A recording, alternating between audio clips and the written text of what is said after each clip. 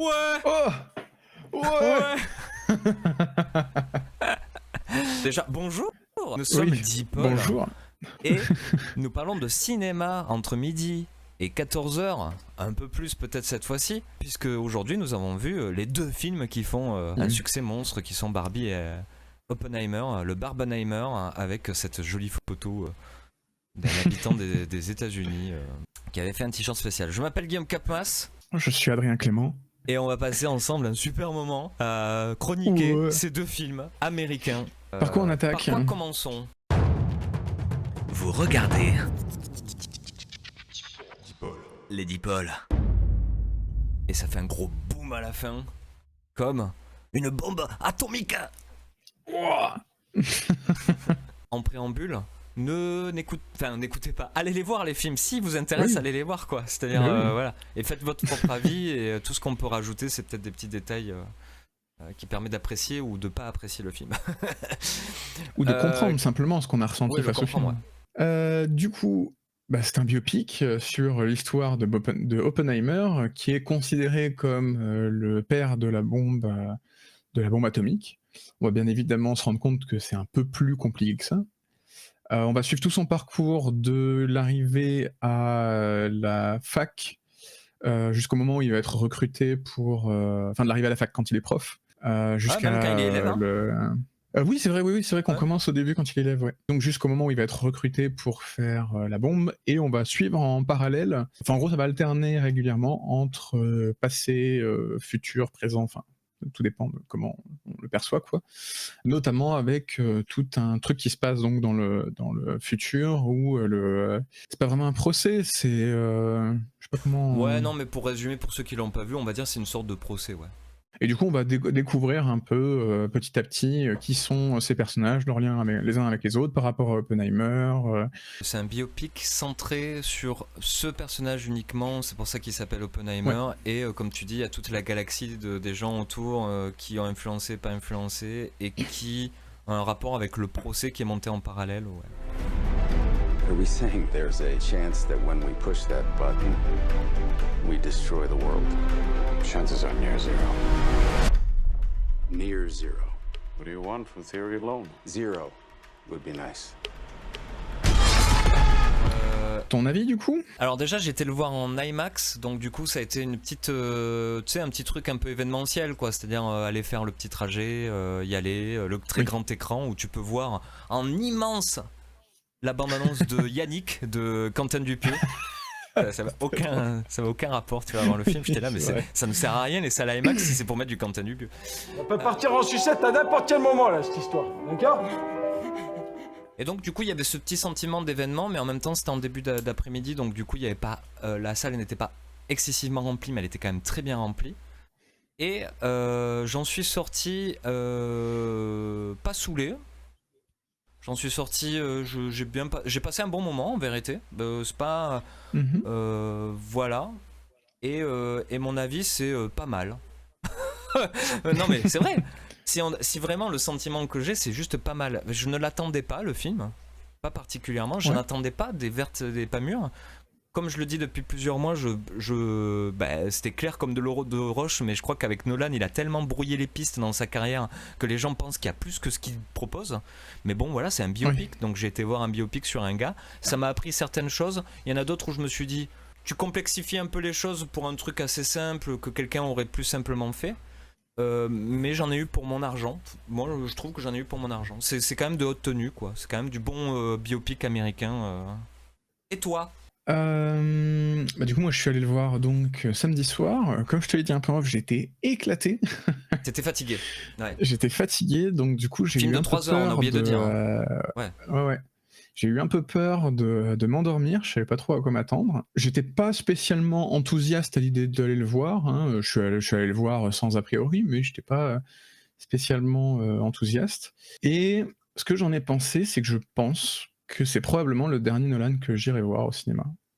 Ah ouais, d'accord. Parce qu'en fait, je dis pas ça négativement de façon, mais dans le sens où depuis qu'il écrit et réalise ses films tout seul, son univers et qui il est, qu'est-ce qu'il veut transparaître se précise. Et en fait, j'ai le sentiment d'être arrivé au bout de ce qu'il a à me proposer, de ce qu'il a à me montrer. Et en fait, juste, c'est pas ma came. Ça m'intéresse pas. Je trouve que c'est un cinéma très froid, émotionnellement en tout cas. Et du coup, ça me laisse en dehors. Et même s'il y a des choses intéressantes un peu à chaque fois, au final, j'en suis ressorti en me disant, ça m'a pas donné grand-chose. En fait, ce que tu m'as donné par rapport à la durée du film, ça valait pas le coup pour moi. C'est pas que c'était un mauvais film, mais c'est que ça me... Ouais, juste, c'est pas ma came, en fait. Et je me suis dit, j'ai pas envie de continuer à aller voir ces films au cinéma, pour ce qu'ils m'apportent, en tout cas, de les voir au C'est cinéma. ça, ouais. Oui, c'est-à-dire que là, on peut commencer avec par rapport au sujet, c'est-à-dire Oppenheimer. C'est-à-dire que, bon, ben, que ce soit toi ou moi, c'est pas qu'on s'en foutait d'Oppenheimer, mais c'est-à-dire que Oui, on n'avait pas envie d'aller voir forcément un film sur ce personnage-là. Et ce qu'il en fait, moi je te rejoins par rapport à ce que tu dis. Ce qu'en fait Nolan ne surplante pas un super bouquin qui serait dessus. Apparemment, il y en a un sur lequel il se base d'ailleurs. Une enquête vraiment détaillée de la personnalité d'Oppenheimer. Je trouve pas que le film te rajoute quelque chose particulièrement, même s'il y a 2-3 effets de mise en scène de style qui sur 3 heures sont si peu en vérité, mais qui c'est peut ça. peut-être te donner la raison de pourquoi tu vas voir ça au cinéma pendant 3 heures. Mais sinon, pour le reste, c'est vrai que je suis d'accord avec toi. Nolan n'ajoute pas grand-chose, au point où même j'ai l'impression que, atteint par les critiques qu'on lui a fait de Tenet, il s'est même peut-être mis un peu en dessous, afin de pas trop choquer et de faire des trucs un peu trop complexes, quoi.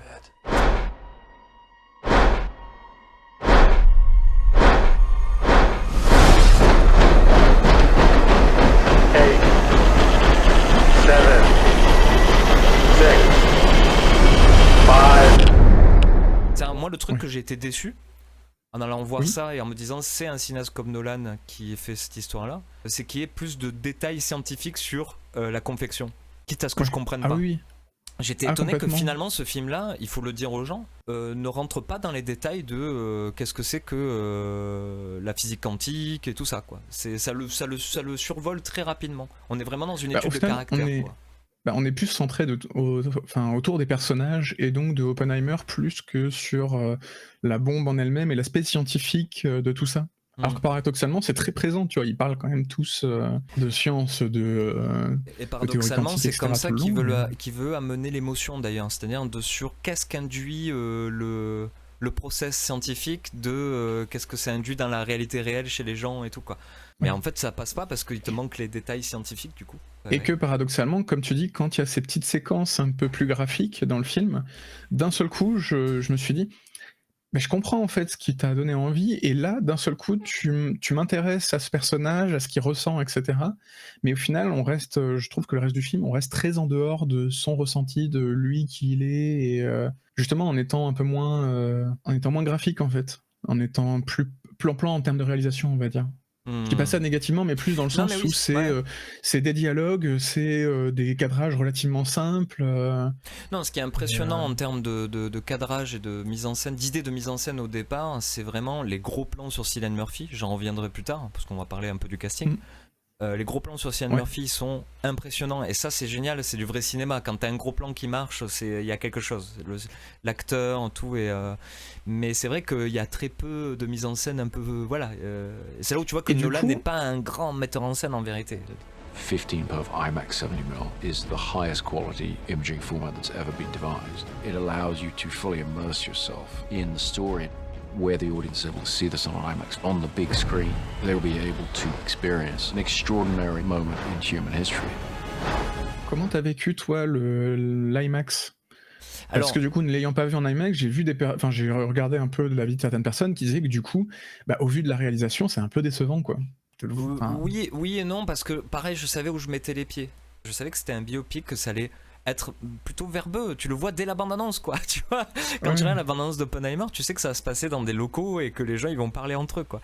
Et donc du coup, je me suis dit qu'est-ce que va apporter ce format-là. Et c'est vrai que, comme je te dis, les gros plans sur Cillian Murphy, quand ils sont vraiment gros plans face, c'est vraiment une redite pendant tout le long du métrage où tu le vois de face, comme ça, avec les yeux qui changent en fait au fur et à mesure, et même son aspect physique, ses joues se creusent, il y a tout, quoi. Dans ces moments-là, j'ai compris le IMAX, qu'est-ce que ça te rajoute dans l'intimiste, tu vois. Mais après, D'accord. pour les moments qui sont soi-disant gros, qui doivent être les moments de la bombe et tout ça, ben en fait, oui, non, ça apporte pas grand-chose. Que tu le voyes au cinéma, un cinéma lambda ou l'IMAX, tu n'auras pas grandement plus, quoi. C'est pas un film à grands effets spéciaux. Par contre, en termes de son, je sais pas si c'est la même chose, mais j'ai retrouvé ce que j'avais trouvé à l'époque sur Pacific Rim. C'est que les sièges, enfin au début j'avais les tympans pétés et les sièges ils tremblaient de ouf dans l'IMAX. Ouais. C'est-à-dire, le son est tellement fort que les sièges tremblaient. Là ça te donne un truc quand même. Et donc du coup les moments D'accord. de silence sont aussi beaucoup plus forts peut-être que dans une séance normale, mais je peux pas dire, je l'ai vu qu'une fois et c'était en IMAX. Mais ça D'accord. apporte pas grand chose. J'ai pas été subjugué par l'IMAX du film. Il en fait pas grand chose. Ok. Voilà. Du coup, j'avais envie d'aborder un sujet dont on a parlé un peu tout à l'heure. C'est le public. Ah, Du oui, coup, moi, j'ai une petite anecdote de salle. Ok. La salle n'était pas tant remplie que ça. D'accord. Pour le coup, il y a plus de monde à la séance de Barbie. Mais juste derrière, on avait quelqu'un qui déjà a passé les bandes d'annonce à dire oh là là, à commenter en disant que ça avait l'air nul, etc. Que Ah, oh là là, bon, s'ils étaient déçus, peut-être qu'ils iraient voir Barbie, mais que franchement, ce serait un comble quand même d'aller voir Barbie. Donc déjà, rien qu'en les entendant comme ça parler tout le long, je trouvais ça un peu... Il y avait quelque chose d'un peu prétentieux, quoi, dans la manière d'aborder un peu la séance dès le début, tu vois, avant même que le film soit oui. démarré. Ouais. Et le film se termine, moi je me dis, bon, bah, je vais pas apprécier, c'est pas grave, voilà. Et derrière, j'entends ces deux personnes pointer du doigt globalement les choses que j'ai pas aimées non plus, mais dire ah ouais non franchement c'est abusé, franchement on fait vachement mieux quand on faisait vachement mieux avec nos courts-métrages qu'on faisait. Ah là là. C'est là que je me suis dit tu vois quand même qu'il y a un public un peu plus un Oui, peu plus d'école de intellectuel cinéma. qui y va, Ouais. qui est un peu plus, qui y va un peu plus pour Ah oui, c'est vrai que c'est un truc que j'ai pas dit là dans mon avis rapide, mais c'est ce que je vous ai dit quand je voulais pas vous spoiler, mais en sortant, je t'ai dit, je suis en train de me demander si Nolan ne devient pas un cinéaste pour cinéaste, petit à petit, Ouais. parce que mon premier avis que je vous avais donné, c'était c'est cool, c'est pas mal, mais je pense que ça va faire chier la majorité. C'est-à-dire que c'est un biopic mastodonte qui prend toutes les structures de biopic qui a pu exister depuis la nuit des temps du cinéma et qui arrive à en faire une espèce de compile comme ça et qui te donne une structure de scénario qui est, pour moi, enfin voilà, quand tu regardes d'un œil, on va dire de Ouais. technicien ou d'artiste, bah tu te dis putain quand même il faut le faire. Ce qu'il a fait, que tu adhères ou pas, Ah oui. ah ouais, il faut le faire. Ah, Hein, mais tu bien vois sûr. comment il écrit ça et tout, voilà. Comment il arrive à être quand même populaire, machin et tout.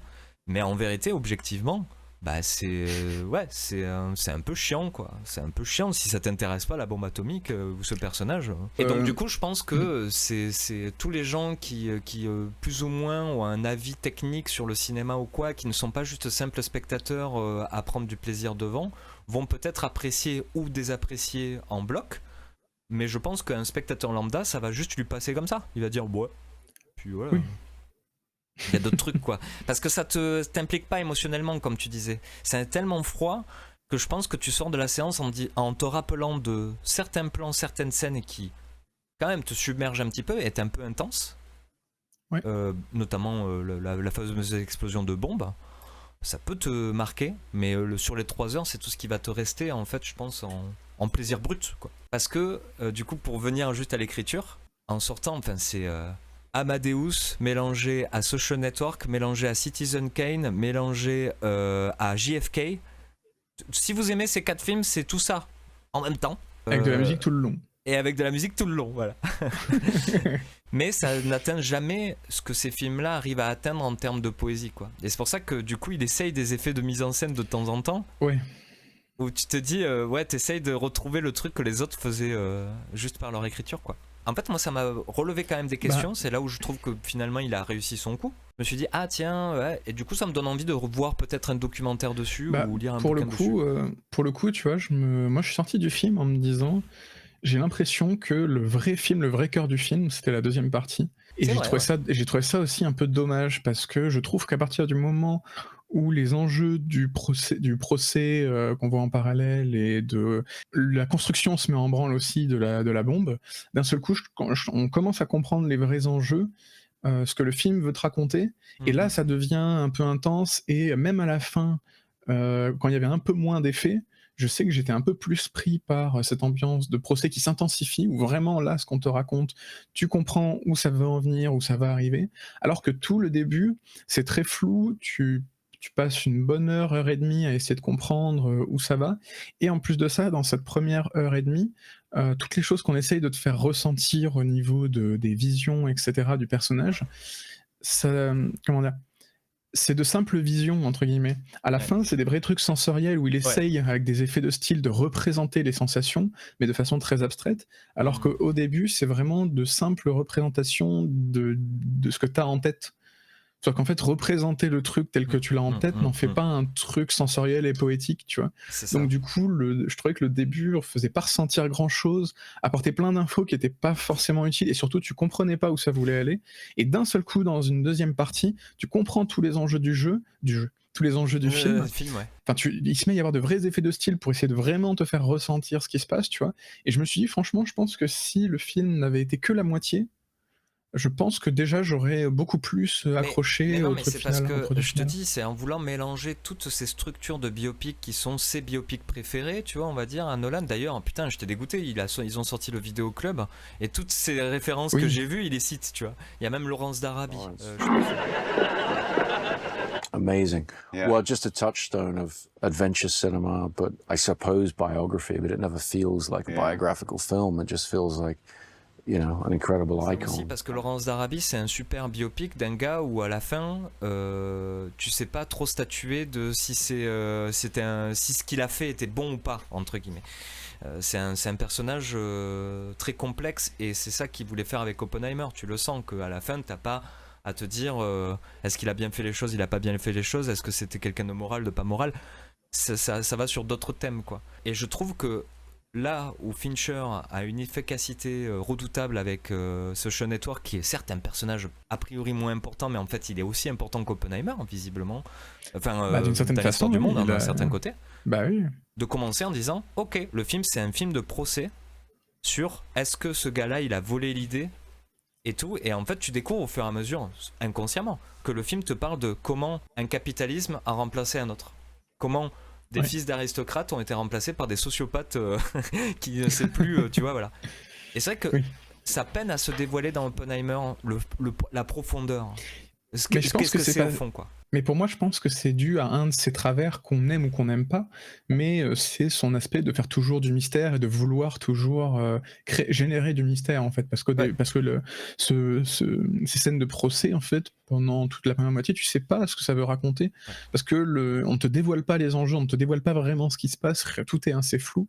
Et du coup, et je pense que c'est vraiment parce que, je sais pas si c'est une volonté de sa part ou si c'est parce qu'il a du mal à générer du suspense, mais je pense que c'est, en tout cas, sa manière à lui de générer du suspense dans ses films, c'est de la rétention un peu Complètement. d'éléments clés pour qu'arrivé à la fin, tu aies une espèce d'épiphanie. Oui, mais mais du coup, Ouais, mais Ça comparé manque à un peu d'autres d'infos, films quoi, de tu vois. Nolan, il se garde un peu. C'est-à-dire que bizarrement, Oui, il y a une c'est un peu structure en- beaucoup plus classique et beaucoup moins complexe.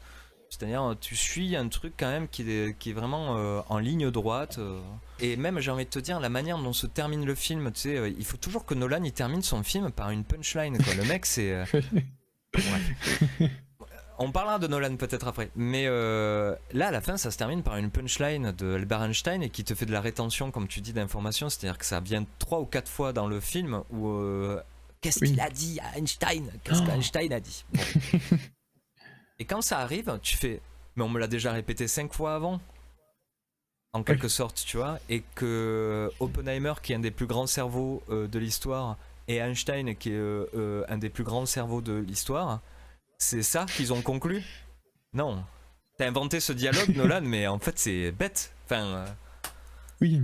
en fait, j'ai découvert, parce que j'ai pas voulu regarder d'avis avant, forcément, pour me garder, mais sur certaines choses, je voyais des titres avec écrit le Prométhée moderne, des choses comme ça. Je vois le film qui démarre, il y a écrit Prométhée, nanani, nanana. Je me dis, bah le film vous l'a dit, c'est pas vous qui avez.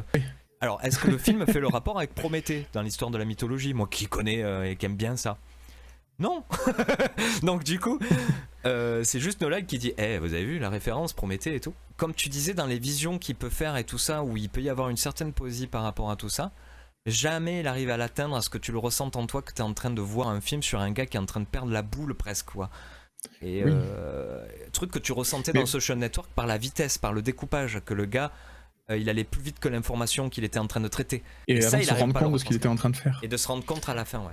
Mais je pense que c'est parce que comme en fait il dévoile ses enjeux très tard dans ses films, bah du coup il n'a pas le temps de les traiter véritablement. Ouais. Il peut pas les traiter avant parce que s'il les traite avant, il les dévoile. Donc du coup ils arrivent très tard, il n'a pas vraiment le temps de les traiter. Et du coup au final, je pense que le côté un peu décevant de la phrase aussi vient de ça, c'est que tu t'attends cette phrase presque comme une manière de conclure son sujet. Et en fait, non, elle conclut pas son sujet, juste ça répond à une question et c'est tout. Et donc Et du que- coup, tu et- te retrouves avec un truc où le sujet est pas fondamentalement traité à la fin du film, quoi. Complètement, et d'ailleurs c'est le défaut de Nolan depuis toujours, c'est que ben oui, je pense que tous les deux on est en accord, parce que toi t'es carrément à dire bon ben les films de Nolan je les verrai que s'ils passent, quoi, en gros, mais c'est que c'est faussement intelligent, et en fait t'as toujours l'impression de voir un gamin de 14 ans qui est un peu bizarre dans la classe et qui se donne un côté intelligent alors qu'en fait il est juste à part. Mais en fait, moi j'ai eu l'impression en voyant ce film-là de voir un mec qui se pense autiste et qui du coup a envie de ressembler à tous les autres autistes entre guillemets et qui fait des films comme ses copains autistes C'est mais un qui en peu fait ça. ne l'est pas et donc il ne fait que singer les trucs. C'est un peu, enfin. Moi, voilà, enfin bon, attends, c'est des jugements qu'on fait sur une personne, on ne sait pas, mais c'est qu'il fait tellement d'interviews, il a tellement une allure, et il y a tellement de certaines personnes qui vont voir son cinéma les yeux fermés pour des raisons qui nous sont obscures, que en effet, moi je suis complètement d'accord avec toi, il y a ce truc de, en fait, Nolan, c'est la conformité absolue. Tous ces films sont d'une conformité aberrante, ça ne bouscule pas. Lui, il veut être la grande lignée des Kubrick, des Tarkovsky, des machins. Ouais. Et en fait, il n'accepte pas le fait qu'il fait partie du monde et qu'il est. Et c'est marrant parce que c'est un des thèmes de ce Oppenheimer. J'ai pensé à Citizen Kane. Et il n'arrive pas à faire ce qu'a fait Orson Welles pour son premier film très jeune avec un ego surdimensionné qu'il y a dans Citizen Kane, c'est de dire, en fait, finalement, on est tous des personnes très simples. Ouais. Ce qui nous lie, c'est notre simplicité commune et notre ignorance. Tu l'as dans Oppenheimer, mais alors c'est des dialogues, et des dialogues qui te le répètent et qui le répètent. Et finalement, il y a plein de choses qui nous échappent quand même. Bon, sinon t'as Citizen Kane d'Orson Welles, où en fait tu suis tout un truc, c'est hyper enthousiasmant et tout ça machin, et à la fin ça termine sur quelque chose qui te prend au cœur et qui te dit ah putain, mais oui c'était juste ça en fait. Alors passons sur le cinéma de Nolan, du coup on peut passer sur ça rapidement. Moi j'avais écrit Oui. tout un truc, donc vas-y. Il a pas, je pense qu'il a pas évolué parce que, en vrai, comme on disait tout à l'heure, je pense pas que ce soit fondamentalement un bon réalisateur. Je pense que c'est quelqu'un qui sait tenir qui sait tenir ses projets, qui sait engager des personnes talentueuses pour avoir un truc qui se tient par rapport à ce qu'il a envie de faire. Mais j'ai pas l'impression que ce soit fondamentalement quelqu'un qui sait utiliser la réalisation et les Ouais. mouvements de caméra, les cadres, etc., pour véhiculer de l'émotion. Et c'est parce que du coup, on a eu dans la voiture tout le débat avec Lucie qui me disait qu'elle avait vraiment ressenti, qu'elle a beaucoup aimé le film et Ouais. qu'elle avait vraiment ressenti beaucoup d'émotions dans le film, mais que son émotion, elle venait plus du son. Ouais.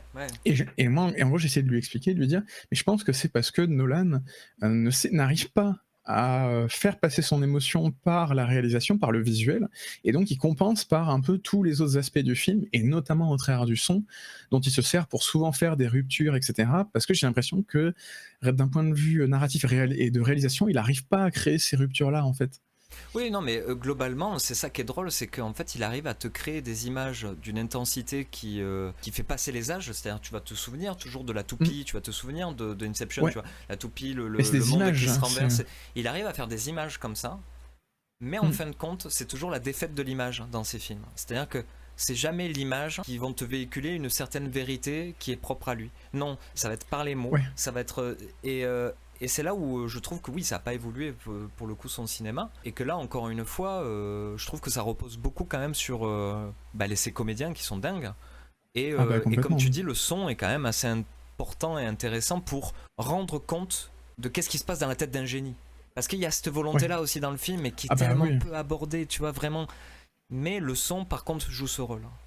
C'est vrai que le bourdonnement, le truc que tu as au tout début, c'est vrai que si tu fais juste une analyse du son sur le film, tu comprends par quoi il passe. C'est-à-dire que quand il est jeune élève, Oppenheimer, le bourdonnement, il est incessant et fort. parce qu'il sait pas où il doit aller, et en même temps il a tout ça qui bouillonne, quoi. Et après ça se calme, et après ça revient à des moments cruciaux. Ça c'est intéressant. Mais c'est vrai qu'en termes de mise en scène, caméra et tout ça, il ne se repose que sur, c'est vrai, un petit peu le montage, parce que c'est la particularité du cinéma de Nolan, depuis toujours, c'est le montage parallèle, quoi. Mais surtout que, comme tu dis aussi, ces moments de son représentent bien son état d'esprit, sauf que paradoxalement, le montage et la réalisation ne changent pas. C'est-à-dire que dès que la musique s'abaisse un petit peu, le montage reste le même, il reste très dense, très dynamique, ce qui fait qu'au final, je trouve qu'on perd un peu l'effet de ces séquences-là. Personnellement, quand la musique revenait à chaque fois, j'étais fatigué parce que je me disais, et en fait, j'ai aucun moment de répit, aucun moment de repos, alors qu'on devrait quand même les sentir dans la réalisation au moment où la musique se calme, presque que la réalisation épouse un peu le rythme de la musique. En fait, ce qui est drôle, c'est que par rapport à Nolan et sa carrière, quand j'avais commencé à écrire sur ça, je me suis rendu compte que quand même très rapidement dans ses carrières, il s'est retrouvé avec une licence immense qui est Batman, et un studio immense aussi. Et donc, son petit côté, je viens de sortir de l'école de ciné, j'ai fait un film un peu edgy qui s'appelait Memento et tout, et je suis un peu, tu vois, fortiche et tout. Mais en fait, il a été frustré parce qu'il pouvait pas complètement l'exprimer et même se casser les dents, puisqu'il était tout de suite dans quelque chose où il fallait rendre des comptes quand même. Et je crois que ce truc-là, Nolan ne reviendra jamais à un cinéma indépendant parce qu'il a peur de sa propre défaite ou échec, de son propre échec artistique en fait. C'est-à-dire qu'à un moment, il aborde pas vraiment les trucs qui sont intéressants dans Oppenheimer par exemple. C'est-à-dire que cette histoire du son, là ça nous vient là, hein, mais en parlant, c'est que putain, c'est ça qui te justifie, attention spoil, le moment de la bombe, de l'essai de la bombe atomique, le traitement qu'il y a par rapport au son. Je spoil pas vraiment, mais il y a un traitement particulier par rapport au son. Et finalement, ça te surprend pas tellement, parce que tout le long, ça a été construit avec le son. Putain, c'est une super idée, en fait, quand tu y réfléchis. Mais c'est tellement enseveli dans... Non, il faut quand même que le film il soit accessible. Non, il faut quand même que les gens... Alors du coup, je te mets de la musique, et comme tu dis, en termes de montage et de régime d'image, je vais pas trop vous choquer pour pas que vous perdiez le fil et tout. Et finalement, tu te trouves un petit peu déçu, malgré tout. Un petit peu, quoi. Mais bon, voilà, c'est Nolan, je trouve qu'en fait, il y a ce truc-là où les gens n'ont pas tort d'aimer les films de Nolan parce que tu ressens derrière quelqu'un et puis qui a une autre idée, qui a un autre truc. Mais sauf que c'est un peu comme, je sais pas moi, quelqu'un qui te ferait un gâteau au chocolat et qui t'a dit, en fait, au départ, je voulais faire un gâteau chocolat coco, mais comme j'avais pas de coco, en fait, j'ai mis des amandes, tu vois. C'est à peu près pareil, mais tu vois, on comprend un peu. Bah t'as pas fait un gâteau au chocolat coco en fait, donc voilà. Non mais c'est que forcément c'est lié aussi à sa cote de popularité qui a augmenté vitesse grand V. C'est un sujet qu'on a abordé plusieurs fois avec beaucoup de réalisateurs, mais qu'aujourd'hui maintenant t'as plus le temps de te casser les dents, tu dois tout de suite être le meilleur, et donc je pense qu'aussi c'est très difficile pour un réalisateur comme lui maintenant de repartir, comme tu dis, à de l'indé aussi, et parce que t'as forcément cette angoisse de te dire je suis ultra populaire, je peux pas me casser les dents, quoi. C'est pour ça que j'ai un petit kiffage avec Tenet malgré que je l'aime pas. Mais j'aime bien qu'il ait tenté ça. C'est que pour moi, dans Tenet, tu vois toutes les limites de ce gars qui a pas pu se développer parce qu'il a fait que des films avec des gros budgets. Et qu'à chaque fois, il avait cette contrainte de devoir parler au plus grand nombre pour essayer de faire au moins 100 millions de dollars de recettes, tu vois. Et dans Tenet, il y avait un espèce de fuck it, là je fais mon truc. Et en fait, là tu vois que en fait, il est pas mature, quoi.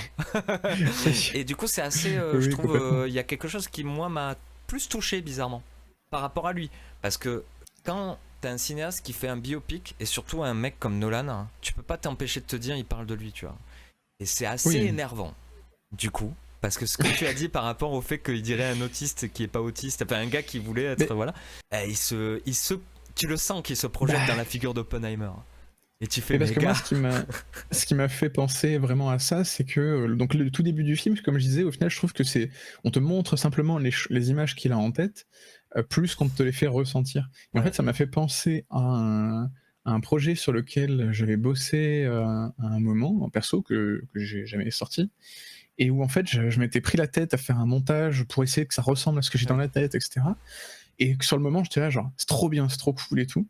Puis j'ai laissé le projet pendant plusieurs mois, et plusieurs mois après, j'ai revu le montage, et d'un seul coup, je me suis dit, mais En fait, c'est pas parce que tu représentes ce que tu as en tête et ce que tu t'imagines que ta tête ressemble que tu vas faire ressentir. En fait, ça faisait rien ressentir, c'était juste le bordel, c'était juste désagréable à regarder.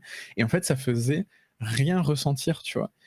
Et c'est là que je me suis rendu compte de la différence entre le faire ressentir les comment émotions dire, d'un personnage. représenter et faire ressentir, en fait. Oui. C'est que si tu Oui, veux vraiment faire ressentir les choses, tu peux pas les représenter telles quelles. Il faut forcément C'est pour ça les dénaturer. c'est pour ça qu'on met pas à la poubelle Nolan. Il a beaucoup de qualités, ces films. Ah oui. Il y a beaucoup de trucs intéressants chez Nolan, mais en tant que metteur en scène, c'est un metteur en scène un peu médiocre. C'est-à-dire que, comme tu dis, il n'a pas réussi à dépasser ce truc qui fait les bons metteurs en scène, les bons réalisateurs, c'est d'arriver à représenter, comme tu dis, à bien agencer des choses pour faire ressentir à autrui quelque chose que toi t'as vu. Parce qu'en fait c'est ça, un bon réalisateur, un bon metteur en scène, c'est quelqu'un qui voit. Et ce qu'il a vu, il essaie de le retranscrire à ceux qui ne voient pas, entre guillemets, ou qui a priori l'ont vu passer trop rapidement. Et il te donne l'effet toujours un peu fake, Nolan, que tu as partagé la vision avec lui, mais quand tu fais juste le résumé à la fin de ce que tu as vu, t'as pas vu grand chose avec lui. T'as pas vu des mondes que tu ne voyais pas avant. Il te conforte plutôt, c'est pour ça que je dis c'est un cinéaste de la conformité, il te conforte plutôt dans l'idée que tu te faisais déjà avant. Te dire que Oppenheimer c'est un autiste qui a des petits problèmes moraux par rapport à ce qu'il faisait, bon 3 heures pour t'expliquer ça, je pense qu'il y avait autre chose. Ce que Fincher fait avec Mark Zuckerberg, il nous a ouvert un monde. Il nous a ouvert un monde en disant finalement c'est un gamin, c'est ça, c'est ça, c'est ça. Lui il n'arrive pas à te changer la vision du monde. Et d'ailleurs, spoil, il y a une séquence juste après le largage d'Hiroshima et tout ça qu'il ne montre pas, où il montre quand il parle à des gens, moi c'est ma scène préférée, où il parle à une assemblée, il parle aux gens qui ont travaillé sur le projet, c'est la meilleure scène du film. Parce que tout d'un coup il se lâche un peu quoi, il lâche un peu les chevaux et tu ressens vraiment les choses. Parce que je trouve que il n'a pas osé le filmer, c'est-à-dire que dans le vidéoclub, à un moment il parle de Tchernobyl, il dit ah ouais ça on voit vraiment les problèmes de la radiation, hein, machin, ah oui, très efficace. Il repose le truc, tu dis eh ouais mais Tchernobyl moi personnellement ça m'a donné un truc que je ne pouvais pas voir avant, ça me l'a donné avec le genre, avec le film de monstres, mais putain j'ai pleinement ressenti ouais putain l'apocalypse que c'est en fait ces histoires de putain de trucs de bombes atomiques et de centrales nucléaires et tout. Ce cinéaste a réussi dans une série tout en étant enthousiaste dans le truc et tout, c'est un peu un buddy movie aussi tout ça, à vraiment te montrer les trucs comme tu ne les as jamais vus. Et donc au moment où il parle d'Hiroshima et tout, il arrive à te le montrer un petit peu, mais moi je suis un peu sur le reste parce que je me dis putain t'as pas réussi à vraiment nous faire comprendre que putain c'est horrible ce qu'il a fait. C'est vraiment la fin du monde qu'il a. Et c'est pour ça que la phrase de fin elle est décevante aussi, parce que tu dis mais en fait j'ai jamais ressenti la fin du monde dans ce film. Mais parce que ça dure pas assez longtemps. Ouais. Si on était parti dans un trip comme ça, dans les yeux d'Oppenheimer pendant même 20 minutes, une demi-heure, je pense qu'on aurait ressenti un truc cauchemardesque. Ouais, c'est ça.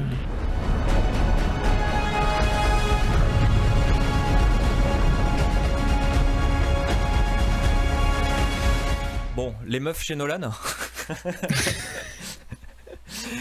Il essaye parce qu'il sait que c'est un truc qu'on lui fait comme critique. Alors là, il a essayé dans Oppenheimer de faire des rôles de meufs, tu vois, un peu plus.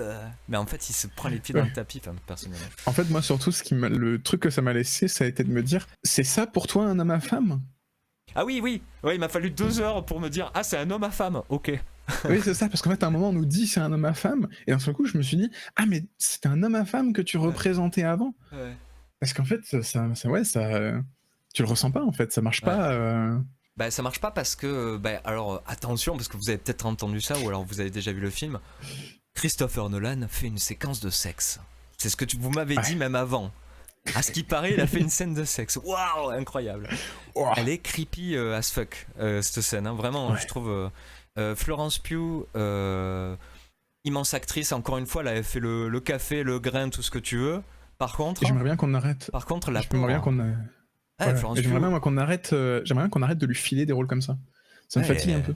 En gros, elle est à poil les 3/4 du temps. Pourquoi ? Parce qu'elle est communiste et nymphomane et. Enfin, tu vois, on la traite comme ça dans le film. Hein. Elle est communiste, nymphomane, hystéro et dépressive au plus haut point. Maniaco-dépressive, quoi. Ouais, super.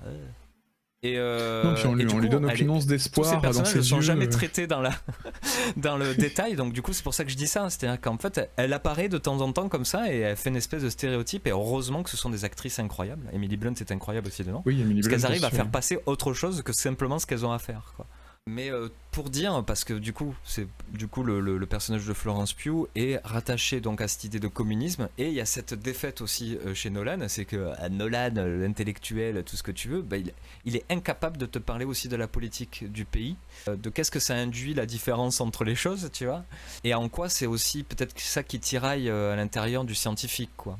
Oui, Parce toutes les que conséquences il politiques. te parle de syndicats, de choses comme ça et tout, et en fait jamais, pareil, il va jusqu'au bout de la réflexion. Là où par exemple, encore une fois, je prends Social Network parce que je sais pas pourquoi j'ai pensé à ce film.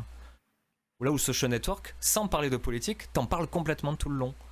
Il te montre un monde qui est supplanté par un autre qui sait pas trop où se placer, et c'est tout le sacrifice final de son meilleur pote qui est en fait un acte politique, de dire ah ben non, en fait tu croyais qu'on allait faire une communauté de gens cool, non. Ouais. Mais c'est pour ça que j'aime bien la fin du film, parce que d'un seul coup, cet aspect-là se dévoile beaucoup plus, mais c'est un peu la fin, et d'un seul coup, je suis resté un peu sur mon reste, en fait, notamment avec toute cette séquence où, parce qu'en gros, on va dire qu'il y a 2 séquences de procès un peu en parallèle, et celle qui concerne plus Oppenheimer, je trouve que d'un seul coup, là, tu ressens, en fait, ce truc-là, cette espèce d'oppression politique. Et en même temps, c'est hyper pauvre, enfin, c'est un peu caricatural parce qu'il a l'air de te balancer ça un peu rapidement à la fin, parce que ça y est, en gros, le pic du film est passé, donc il faut qu'on vite on termine. Hein. Et donc, tout ce truc-là, je me suis dit, putain, ça aurait pu donner un super film. Sur et comment... vrai, je pense qu'un film entier sur tout ce truc-là.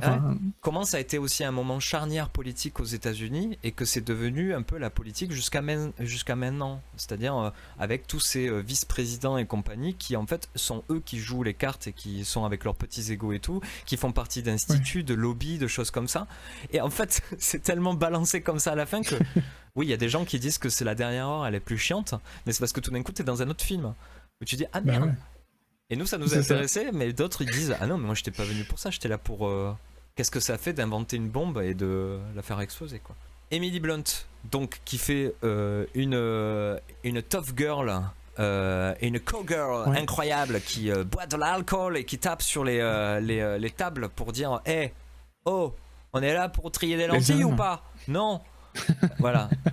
C'est ça son rôle aussi, mais elle le fait super bien. En effet, c'est un des trucs cool, mais qui est un peu con-con dans un film qui se veut aussi dense. Bah, tu te dis, ce personnage, il est un peu écrit de manière con-con, quoi. Voilà. Mais elle est surtout cool. qu'encore une fois, dans cette séquence de procès, quand on la voit, elle est top. Ouais. Elle est top. Et en vrai, si elle avait été mieux développée, je pense, avant, elle aurait eu une puissance folle, en fait, dans cette scène. Ouais, c'est une tough girl, c'est-à-dire qu'il y a un petit truc qui est fait scénaristiquement où au début tu penses qu'elle a un problème, et en fait tu vois que dans leur couple finalement ça s'intègre et que lui il accepte en quelque sorte. Tu as pas la séquence cliché de le mari qui lui enlève l'alcool parce qu'elle peut plus, tu vois, machin. Non. Finalement, ils trouvent une sorte d'équilibre, et tu découvres à la toute fin, entre guillemets, avec ce personnage, qu'en fait, c'est sa condition, c'est une tough girl. Hein. C'est Calamity Jane, quoi, en fait. C'est elle qui porte la culotte, en quelque sorte. Et que c'est pour ça que c'est sa préférée, sa principale. Parce que si on doit parler d'Oppenheimer comme un roi, c'est sa principale, on va dire. Mais du coup, on dit tout ça parce que vraiment la vision des femmes de Nolan en général dans ses films sont soit néantissimes, c'est-à-dire ce sont des mentes religieuses, ce sont des... non mais c'est vrai, ce sont des objets de désir, ou bien ce sont des petites filles à qui faire la leçon. Je vous renvoie à Inception, il y a tous les trois, hein, voilà. C'est la nouvelle venue dans l'équipe d'Inception, c'est la petite fille à qui on explique la vie, tu vois. T'as l'amante religieuse incarnée par Marion Cotillard. Et puis t'as la troisième femme de ce film, c'est l'objet de désir dans un des rêves du gars. T'as dedans les visions de Nolan de la femme.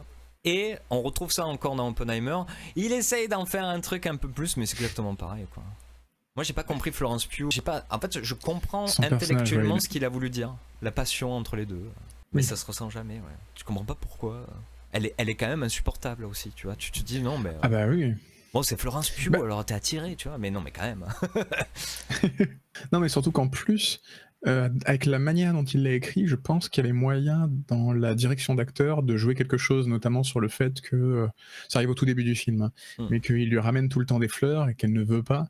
Et tu vois, ça aurait pu être montré presque comme un jeu entre eux, qu'elle aime pas, tu vois, mais qui en devient un jeu malgré tout, tu vois. C'est un peu le cas, mais elle a l'air toujours, enfin, on te la montre toujours de façon très désagréable dans ces moments-là, quoi qu'il arrive, en fait. Donc tu sens pas ce jeu, en fait. Il n'y a pas ce moment fois, où c'est le rituel, mais en fait on se fait un petit sourire et ouais.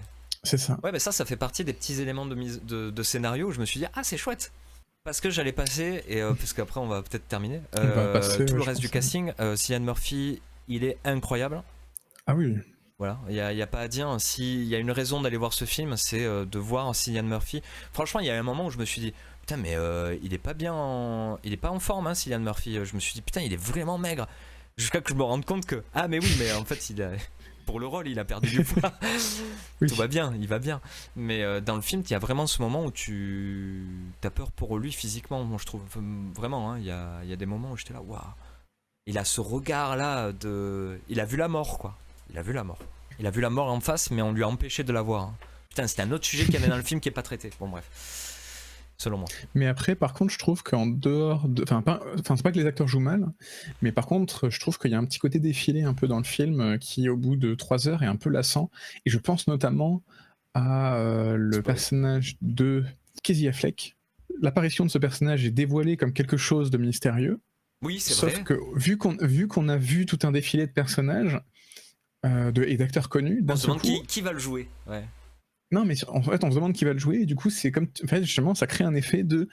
Ah, tiens, c'est cet acteur. Et en fait, ça m'a sorti du film à ce moment-là, parce que du fait que ce soit filmé comme ça, alors qu'en vrai, je trouve que ça n'avait pas grand intérêt de faire un mystère comme ça sur ce personnage.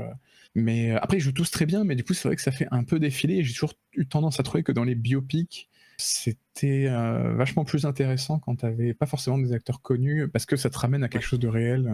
Bah, c'est le choix qu'avait fait Steven Spielberg pour Pentagon Papers, qui est un super film, je le recommande, qui est donc le pré-Watergate, où en fait il a pris Tom Hanks et Meryl Streep pour faire les deux personnages principaux, et tout le reste du casting, ce sont des troupes de Broadway qu'il a repérées, et il a pris surtout une troupe. Mais voilà, il avait fait ce choix, Spielberg, en se disant, ok, les deux personnages principaux que tout le monde connaît et que tout le monde connaissait à l'époque, c'est deux personnes qu'on connaît extrêmement bien aussi. Mais pour le reste, il n'y aura pas ce suspense de qui c'est qui le joue, ah il le fait bien, ah il le fait pas bien. Et même choix qu'avait fait Milos Forman pour Amadeus, de prendre des inconnus, notamment pour faire Mozart, tout ça, c'est que des inconnus. En tout cas, Oppenheimer, moi, plus on rentre dans les détails, plus tu te dis, bon, c'est quand même un peu mal foutu, en vérité, un petit peu. Et en même temps extrêmement bien foutu en termes de scénario, mais un peu mal foutu en termes de mise en scène. C'est vrai que j'avais oublié ce truc de suspense sur Casey Affleck qui sert à rien, il dirait un étudiant qui fait un TP, quoi. Comment faire je vois pas en quoi ça apporte quelque chose à l'histoire. Je pense, en fait, pour moi, il l'a construit comme un suspense par rapport au dialogue qui se passe en parallèle.